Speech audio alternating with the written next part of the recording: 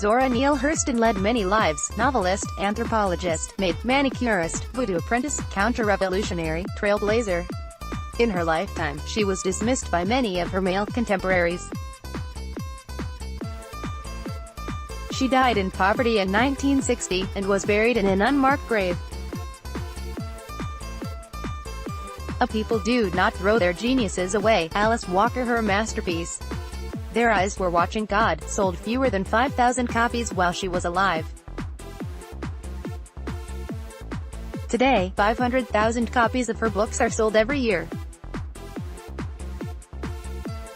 Her ardent fans include writers Toni Morrison, Alice Walker, Ta-Nehisi Coates, Zadie Smith and Edwidge Danticat, rapper Cardi B, and singer Solange Knowles. This month, her non-fiction book Barracoon, based on her interviews with the last survivor of the last transatlantic slave ship, is available to the public for the first time. It comes 87 years after she first tried to publish it, and more than a half-century after her death. Our one-hour program is called Jumping at the Sun, The Politics and Prose of Zora Neale Hurston. Click Listen above to hear the full special. Hurston interviewed Kazola, also known as Cujo Lewis, in 1927. He was in his 90s, and lived in Africatown, Alabama, a community built by former slaves. She described him as the only man on earth who has in his heart the memory of his African home, the horrors of a slave raid, the barracoon, the Lenten tones of slavery, and who has 67 years of freedom in a foreign land behind him. Barracoon refers to the enclosures slaves were held in on the coast of Africa before being shipped to North America. A prophetic writer. Hurston's most famous novel, Their Eyes Were Watching God, is about a young African-American woman named Janie Crawford and her quest for selfhood and love. Edwidge Danticat, who has read Their Eyes Were Watching God 10 times, says Hurston is absolutely in the brew that makes her a writer. Mark Wilson, Getty Images. Haitian-American writer Edwidge Danticat describes the novel as both an adventure story and an incredibly complex love story. It's a relatively short book that covers so much: poverty, migrant work, preservation and respect for indigenous people, indigenous land. There's even climate change in this novel from the 1930s, she says. She first read Their Eyes Were Watching God in high school, during an elective course on black women's writing. I was blown away, she says. I just thought, wow, you can tell stories like that. Part of Their Eyes Were Watching God involves a devastating hurricane in Florida. In its aftermath, local leaders want to separate the black and white corpses and bury them separately, even though the bloated bodies are difficult to tell apart. I remember when Hurricane Katrina came through, and we saw those images of what happens after a flood like that goes through a predominantly poor and black community. I thought it was the book on my screen, Danticat says. She was just prophetic in that sense. Haitian-American writer Edwidge Danticat talks to Michael Enright about Their Eyes Were Watching God and the enduring relevance of Hurston's writing. 2208 Nicole Blades is a Canadian novelist, public speaker and journalist. Submitted by Nicole Blades. Canadian writer Nicole Blades first read Hurston as a student at York University. She says that while Hurston's books were written decades ago, they deal with issues surrounding race, racism and colorism that are still very present today. We're going through a shift. With the writer Nicole Blades talks about her first experience reading Zora Neale Hurston and why she considers her an important writer. 232 No Job, No Friends, and a Lot of Hope. In the 1920s, Harlem was becoming the unofficial capital of Black America. Wikimedia. In 1925, Hurston arrived in Harlem. She had $1.50 and no job, no friends, and a lot of hope. She had grown up in the South and moved north, like many other African Americans during the period historians call the Great Migration.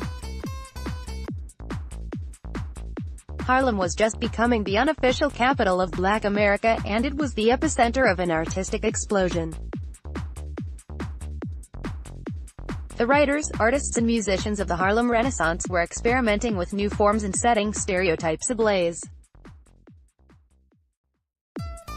There was this sense that 2 generations after slavery, it was time to announce a spiritual emancipation that went along with the political emancipation from slavery, says Cheryl Wall, a professor of English at Rutgers University who studies Hurston, the Harlem Renaissance, and Black women's writing. They wanted to create more honest expressions of the consciousness and creativity of the race, as they would have said. Members of the Harlem Renaissance, like Hurston and Langston Hughes, created some of the most dynamic and enduring literature of the 20th century. Scholar Cheryl Wall says it was in Hurston's writing that she recognized not only the language, but the cultural practices of the people who were in my community. Provided by Cheryl Wall. Cheryl Wall studies Zora Neale Hurston, the Harlem Renaissance and Black women's writing. 31-39, but there was often tension between political leaders, who wanted artists to advance the race, and the artists themselves. Artists did not want to be told, "Oh, well, you can't write that because that won't reflect well on Black people," Wall says. Hurston, in particular, resisted calls to appease others with her writing. She wasn't really concerned with making a good impression on white Americans. She just arrived as who she was, says Wall. Studying voodoo, tall tales and folk music in the South during the Great Depression, Hurston traveled to Georgia, Florida and the Bahamas to record folk music with Alan Lomax. She is pictured here with an unidentified man in Belle Glade, Florida. Library of Congress. As a student at Barnard College, Hurston took a detour from her literary career to study anthropology with pioneering scholar Franz Boas. She returned to Eatonville, the all-black Florida town where she grew up, to conduct fieldwork, and studied voodoo in New Orleans. She also conducted fieldwork in Haiti, Jamaica, Honduras, and the Bahamas. In both her anthropology and her fiction, she tried to capture vernacular speech as faithfully as possible. The reception was not always positive. When she tried to publish Barracoon in 1931, one publisher offered to buy it if she rewrote the book in language rather than dialect. She refused. Here's an example of Hurston's use of vernacular speech in Their Eyes Were Watching God. In this scene, the main character's grandmother talks to her about her hopes for the future. Sophia Walker is an actress based in Toronto. She is currently performing in To Kill a Mockingbird at the Stratford Festival. Grant Canadian actress Sophia Walker as Janie Crawford's grandmother. 202 The use of vernacular speech was also fiercely debated by Black writers. Some argued since that dialect had been used in minstrel shows to denigrate and caricature Black people, it should be abandoned by Black writers. She wasn't trying to imitate the minstrel stage. She was trying to find a literary equivalent for the language she had heard spoken all her life. Wall says, she glories in contradictions and complexities. Hurston's political views sometimes put her at odds with her fellow Black writers. She once famously said, "I do not belong to the sobbing school of Negrohood who hold that nature somehow gave them a low-down, dirty deal and whose feelings are all hurt about it. No, I do not weep as the world. I am too busy sharpening my oyster knife." Wall says Hurston's worldview was shaped by her upbringing in Eatonville, one of the first all-black incorporated towns in America. There's a Black mayor. Black people owned the store. Black people ran the school. There was a sense of autonomy in Eatonville that Hurston was very proud of, and that she really wanted to use as an example in her own life and in the lives of others, she says. I think a valid criticism of Hurston is that in her zeal to promote the plentitude of Black culture, that she does turn a blind eye to some of the suffering. I think we want Black artists in general, and Black women in particular, to just symbolize one thing.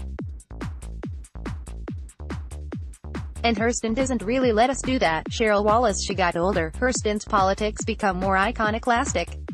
After the Supreme Court decision in Brown vs. the Board of Education, which desegregated schools, Hurston argued the case had been decided wrongly. Segregationists then used her position to say that not all black people supported integration. Wall says Hurston was a complicated, contradictory figure, but we shouldn't be surprised. We are ready to allow that kind of complexity to white male artists. I think we want black artists, in general and black women in particular, to just symbolize one thing, she says. Hurston doesn't really let us do that. She glories in the contradictions and complexities that define her persona. The last years of Zora Neale Hurston's life were not easy. In 1948, she was falsely accused of molesting a young boy. The charges were dropped a year later, but the scandal had a devastating effect on her career, and it nearly drove her to suicide. My junior year in high school, that was the year that Zora died. And I had no idea she had ever lived. Alice Walker. In 1950, a Miami Herald reporter realized Hurston was working as a maid in a Florida hotel. She said she had taken the job just to live a little. In fact, she could not find a publisher for her work, and needed the money. She spent the last 10 years of her life obsessed with the revisionist history of King Herod the Great. In 1955, she wrote to Winston Churchill, asking him to write a foreword. The book has never been published. In 1960, after a series of strokes, Hurston died in a welfare home in St. Lucie County, Florida. A people do not throw their geniuses away. 4 years, her remains lay in an unmarked pauper's grave. Her writing virtually disappeared from the public arena. Alice Walker, the Pulitzer Prize-winning author of The Color Purple, grew up not knowing who Hurston was. I think my junior year in high school, that was the year that Zora died. And I had no idea she had ever lived, she said in a lecture at Barnard College in 2003. I had no idea, none, that there were black women writers. When Walker finally discovered Hurston's writing, she was captivated. She set out to find Hurston's resting place, bought her a headstone, and became a fierce champion of her work. A people do not throw their geniuses away. If they do, it is our duty as witnesses for the future to collect them again for the sake of our children. If necessary, bone by bone, Walker wrote, it was the beginning of Hurston's literary resurrection. British novelist Zadie Smith spoke to writers. 9:15 Zadie Smith writes that when she first read Their Eyes Were Watching God at age 14, it had me pinned to the ground, unable to deny its strength. Brian Dowling, Getty Images. Today, she is considered a legend by a new generation of black writers. British novelist Zadie Smith first read Their Eyes Were Watching God as a teenager. The experience shaped her as both reader and an aspiring writer. If you're a kid, and you want to do something, and you don't see many people who look like you doing the thing you want to do, it's a